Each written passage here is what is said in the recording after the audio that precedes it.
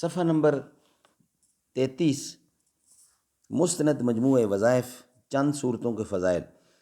تو بیان ہے صورت واقعہ کی فضیلت کا۔ صورت واقعہ کی فضیلت، قرآن و سنت اور اولیاء کرام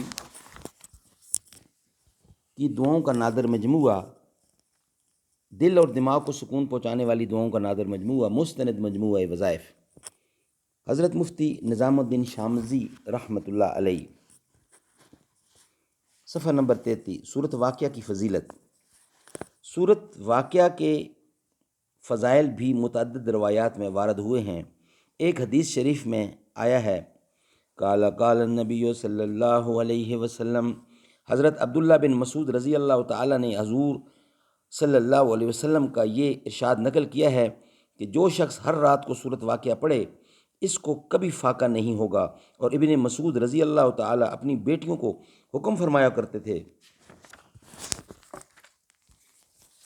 کہ ہر شب میں اس صورت کو پڑھیں۔